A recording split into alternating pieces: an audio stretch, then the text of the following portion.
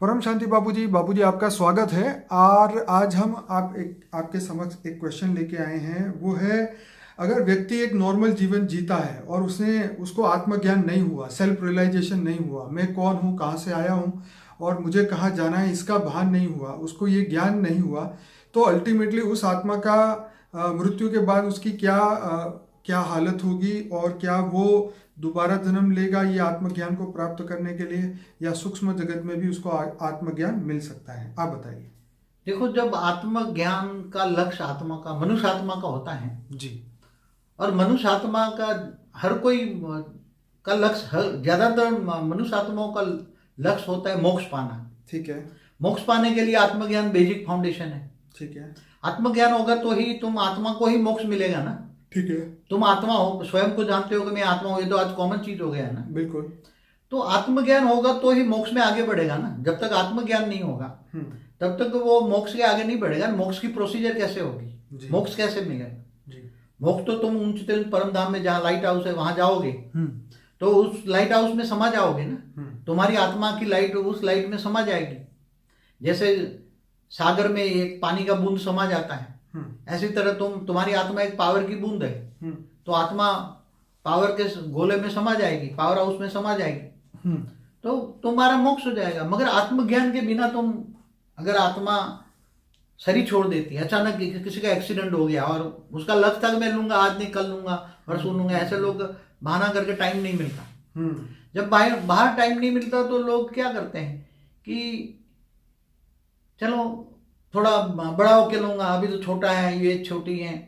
मगर छोटी एज में भी सर्विस छोड़ के चले जाते हैं, एक्सीडेंट हो जाते हैं। आजकल किसी का आयुष का पता नहीं होता। अब मन में इच्छा तो थी कि मैं आत्मज्ञान लूं, मोक्ष की विधि समझू, मुझे मोक्ष पाना है, मोक्ष पाना है। मोक्ष माना मुक्ति, हमारी मुक्ति जीवन मुक्ति की वीडियो है।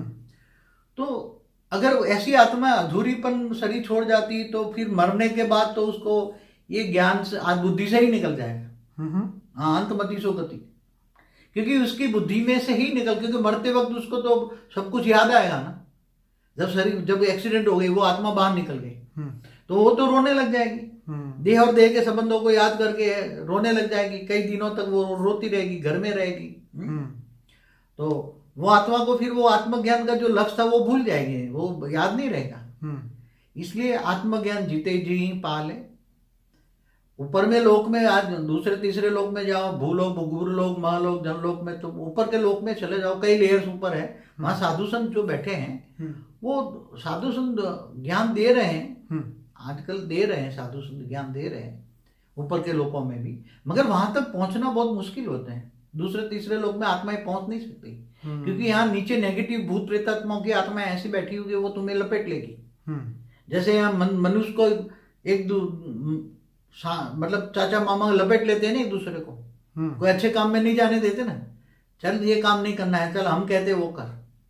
तो ये बहुत मुश्किल काम है। इसलिए जन्म से ही बच्चों को ज्ञान देना चाहिए, छोटे छोटे बच्चों को ज्ञान देना चाहिए, आत्मस्वरूप का ज्ञान देना चाहिए, आत्मस्वरूप की अनुभूति देना चाहिए, और ऑलमाइटी अथॉरिटी की पहचान देनी चाहिए कि ऑलमाइटी अथॉरिटी कितने बड़े बेहद के विश्व का रचयिता है, बेहद के विश्व का मालिक है। Galaxy, universe, great universe, multiverse, great multiverse, कई कलाओं का, अनंत कोटि कलाओं का ब्रह्मांड है ऊपर में। कई हजार कला, 2000 कला, कई लाख कला, करोड़ कला, ऐसे बहुत बड़े ब्रह्मांड है। हमारा जो मल्टीवर्स माना 100 कला का ब्रह्मांड, यूनिवर्स माना 16 कला का ब्रह्मांड। तो ये सब जानना पड़ेगा, ज्ञान सागर में डूबना पड़ेगा, विचार सागर मंथन करना पड़ेगा, तब आत्मज्ञान होगा।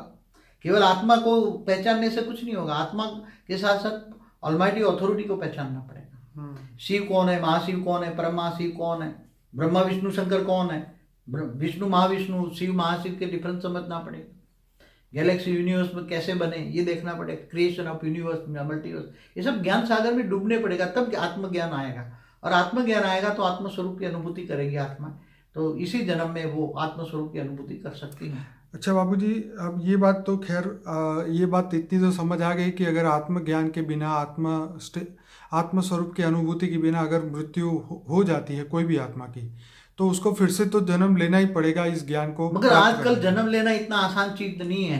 सूक्ष्म जगत में खरबों इंटू खरबों जगत लेने के लिए तरस रहे मनुष्य जीवन में। ये बात याद होनी चाहिए लोगों को कि मनुष्य जन्म पाने के लिए खरबों इंटू खरबों, एक शरीर के अंदर गर्भ में प्रवेश करने के लिए खरबों भूत आ जाते हैं, और जो लड़ाई करते हैं, जो जीत जाए वही आत्मा उसमें गर्भ में प्रवेश करके मनुष्य बन सकती है। समझ में आया? नहीं तो वो ऐसा मनुष्य जीवन पाना कोई आसान चीज नहीं है। मनुष्य जीवन बहुत वैल्यूबल जीवन है, और इस जीवन को ज्ञान मार्ग में ही भक्ति का फल ज्ञान है, और नई दुनिया के लिए नया ज्ञान चाहिए। अब पुराना ज्ञान आउट ऑफ डेट हो जाता है ना, सब कुछ हर कोई आउट ऑफ डेट हो जाता है ना। जैसे धरती पर परिवर्तन हुआ तो राजाशाही खत्म हो गई ना, अब वो डेमोक्रेसी आई ना, अब वो राजा भी साधारण मनुष्य बन गया ना, तो डेमोक्रेसी आती है ना। धरती पर परिवर्तन होता है, हर ब्रह्मांड में परिवर्तन होता है, महाब्रह्मांड में, गैलेक्सी में परिवर्तन होता है, आकाश गंगाओं में परिवर्तन होता है, यूनिवर्स में परिवर्तन होता है, मल्टीवर्स में परिवर्तन होता है। तो हर चीज में परिवर्तन है। आज का युग ज्ञान का युग है, चाहे लौकिक हो, चाहे अलौकिक हो, चाहे पारलौकिक हो, चाहे दिव्य ज्ञान हो, बेहद का अलौकिक ज्ञान, बेहद का पारलौकिक ज्ञान। दुनिया कितनी बड़ी है वो समझो पहले। इसलिए मैं सबको कहूंगा, आत्मस्वरूप की अनुभूति के लिए ज्ञान सागर में डूबना पड़ेगा और आगे बढ़े। बाबू जी, आपने जो कहा ये बिल्कुल सत्य है, और आत्मज्ञान के बिना कोई भी आत्मा जो है यहाँ से वापस, केवल आत्मा नहीं, आत्मा और परमात्मा। हाँ, वही आत्मा और परमात्मा, और इसको आत्म स्वरूप के साथ अनुभूति भी करे तो ही वो वापस परम धाम की ओर वापस जा पाएगी मृत्यु के बाद। तो सभी श्रोताओं को कहूँगा कि हमारा अनस्पोकन ट्रूथ बाय बापूजी का प्लेलिस्ट है, वो ज़रूर देखिए, और हमारे चैनल को सब्सक्राइब करिए, लाइक करिए, कमेंट करिए, शेयर करिए, और ज़्यादा से ज़्यादा वीडियो को देखिए ताकि आपको आत्मज्ञान और प्राप्त हो और आप बेहद के विश्व को बदल सके। परम शांति। परम शांति।